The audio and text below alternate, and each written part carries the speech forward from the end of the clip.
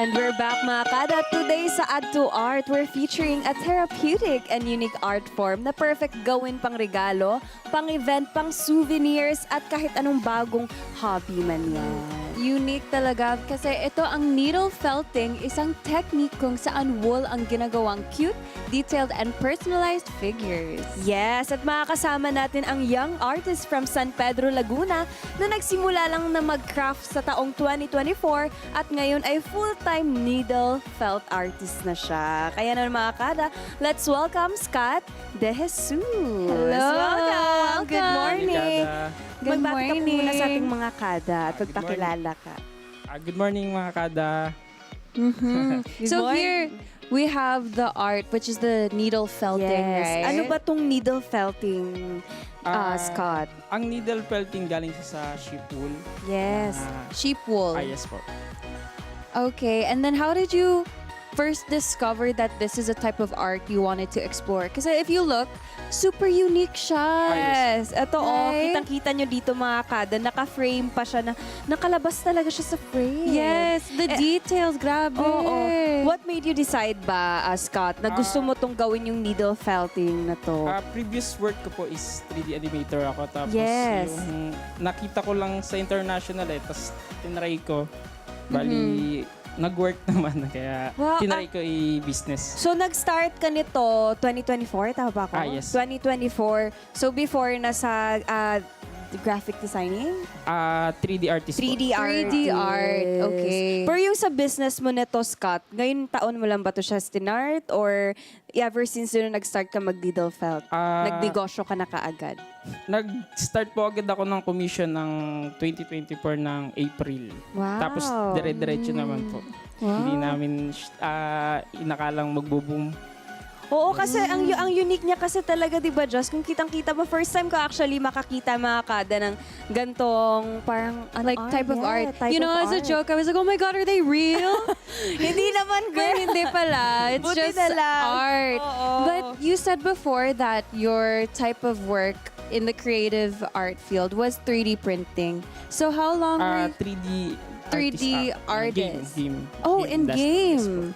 Okay, so what's the difference between that type of creativity but then moving forward here? Because, for example, if it's 3D game, then it's online, I like to think. Yes po. Online lang siya. So, what's the difference like between Ang the two? pinagkaiba niya lang po, sa 3D artist, pagiging 3D artist, Yes. sa computer ko po siya ginagawa. Oo. Tapos sa wool po, mano-mano po siya ginagawa. Na yes. from scratch to wool, tapos mag-create ng realistic na kahit anong type ng aso or cat. Yeah, That's very super nice. So, realistic. eto ba siya, Scott? Ano ba yung mga basic materials na kakailanganin pag gagawa tayo ng ganito? Yung ang start ng paggawa, yung kailangan meron kang needle, tapos yung sheep wool, No? tapos syempre mahabang pasensya kasi hindi siya basta-bastang nasi-shape eh. Yes. Kung Yes.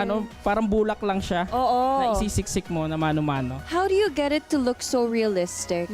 Siguro dahil meron na rin akong experience ng pag-3D. 3D. Kaya nakikreate ko siya ng ganyan. Ang galing naman. Mga okay. ilang ano ba to siya? Ilang oras or minuto mo din siya nagagawa? Gabi, minuto, no? Hindi naman siguro ganun kabilis. Matagal po eh. Parang 1 to 6 weeks. Ito po parang pinag-practice ako lang po yan. Parang 3 days siguro. Really? Yes po. Is this a Days. hamster? Hamster. Guinea pig. Eto naman yung mga malalaki naman, kagaya nito, oh. Kamukha niya yung aso ko. Hala, kanina yung aso ko, Peanut! Gawa na si Peanut. Oh, mga eto, gano'ng katagal naman to siya, yung proseso nito, Scott, pag Ayan po. ginagawa? 3 weeks po. Kasi depende rin po sa slot kung Yes. maraming nagpapagawa. Kaya medyo You know, marami ring time na consuming po. yeah, Ang galing naman nun, Scott. Then eto ba, gano'n ba ka-fast moving yung orders mo sa mga gantong items or art mo ngayon? Especially, it's unique. Gano'n ka-fast moving siya? Yes. Gano'n siya kadalas i-order or ma-sold out? Pag end of maraming nagpapagawa. Maramihan na yes. talaga, bultuhan. Apo, yes, marami po. Oo, tsaka balita din namin, Scott, may isa ka dito na mukhang ipapadala natin sa ibang bansa. Yes Pwede po. mo ba Itong kaming kwentuhan? Pretty Kitty na nakita nung may-ari sa Wow. US. Yes. Kasi next week ipapadala ko to siya sa US, sa California. Wow, that's big. Ito, di ba? Yes. Sa, May ilaw pa po yan. Ayun, O, tingnan yung mga so kada, cute. oh. And you know, this is the perfect type of gift for someone who not only is a pet lover, but for example, if someone's pet passed away and they want to Yes. like sort of remember them, it's a great gift. Yes po. Yeah. You guys have pets? Yes, I know, so cute. You Ang can cute get naman. you can get even a keychain lang. You can bring them anywhere with Yes you. po. Ganyan po yung mga suggest ng iba kasi yung iba sabi kung nakakabili sila ng labubu, ba't hindi ladod? Yung aso ladog-dog? nila, yung pet na lang Personalized nila. labubu na lang. That's Yes very po. nice. Ito nga, how much Ladog-dog naman ng Forever po? Friends. Yes. Magkano Yes. naman yung mga pricing neto, Scott? Sa keychain is 1.8.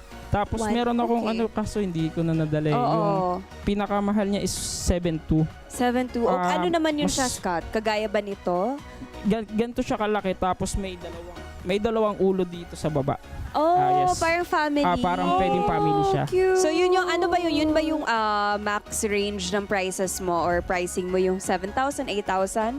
Yes po. Yung Parang- pinakamura naman nasa 1,500. yes, 1.8, 1.8. Not so bad 1.8. mga kada, but at least especially sa mga kada natin na wala na yung mga pets nila. Kagaya ng sinabi ni Jasmine, maganda yung ginawa mo na ganyan. Yes, thank you. Ngayon naman, dahil na-curious kami, Yes. pwede mo ba kaming turuan kahit konti, Scott? Paano sige. to gawin? Yes, show us how you Oo. start the process. Ito na There. yung So that's the wool. materials. Galing siya sa sheep wool Sheep na wool. parang bulak. Oo. So first, the first step, you need a sheep so that you can take their wool. Yung, Ganun ba? hindi na ganun, Jazz. Huwag naman yun. I thought you had a lot of sheep. Tapos, kailangan na mahabang pasensya kasi Okay. masusugatan ka pa.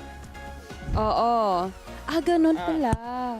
So, paano ba yan siya, Bali, ginaganto lang siya. And then you mold it Everyday into shape. gumaganto lang. Kung kahit anong animal ba, kahit anong klase ng animal na gagawin, ganyan talaga yung first start. Yes, kahit anong animal pwedeng So you're molding it into shape.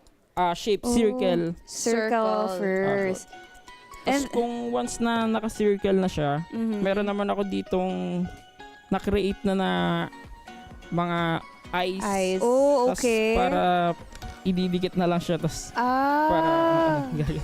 Okay. So that's the base. Tapos Mano-mano you'll pa rin start- siyang ginagawa eh. Kasi yung shape ng face ng mga Yeah. dog, Oo. kailangan mo siya makuha bago mo lagyan ng parang skin niya, yung fur niya. The Okay.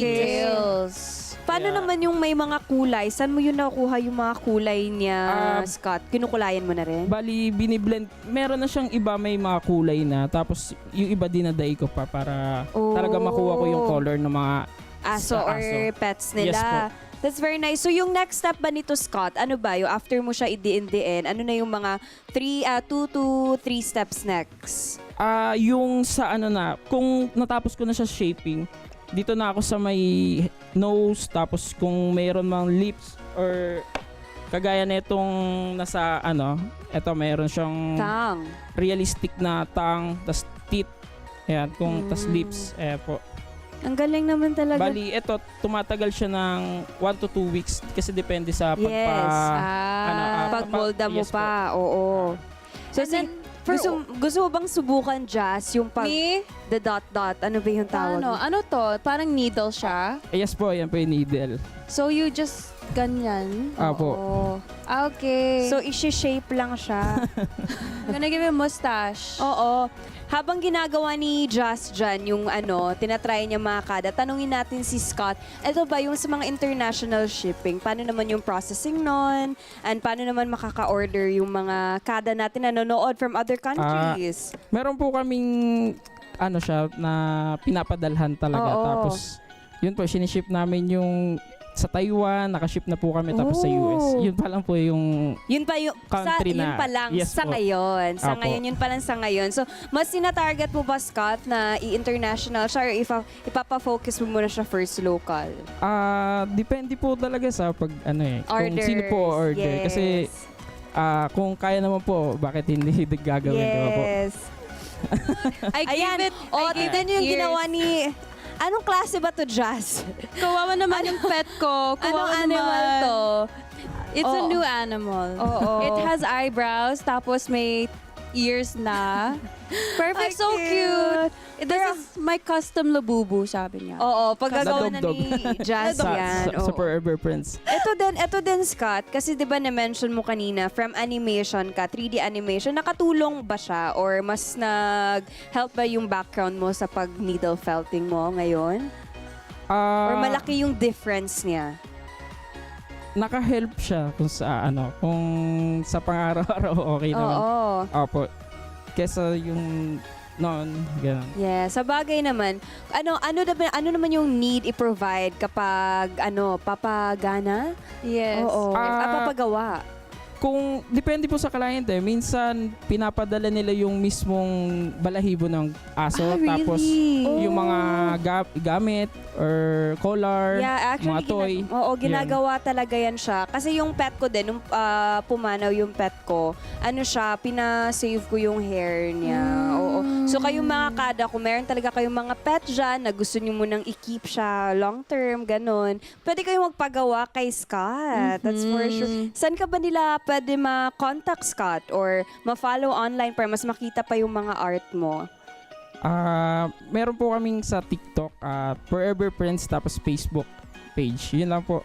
Yeah, thank you so much, Scott. Thank you so Ayan. much. Ay, nagkatitinginan pa kami ni Jazz dito. Thank you so much, Scott. Maraming salamat. Ayan mga kada, kung naghanap kayo ng unique na handmade gifts at isang relaxing na therapeutic hobby talaga, perfect ang needle felting para sa inyo. At huwag natin kalimutan support local artists just like Scott in their you. creative field. So follow his pages to see more of his adorable creations. Let's get together. Sunday 25. Sunday 25.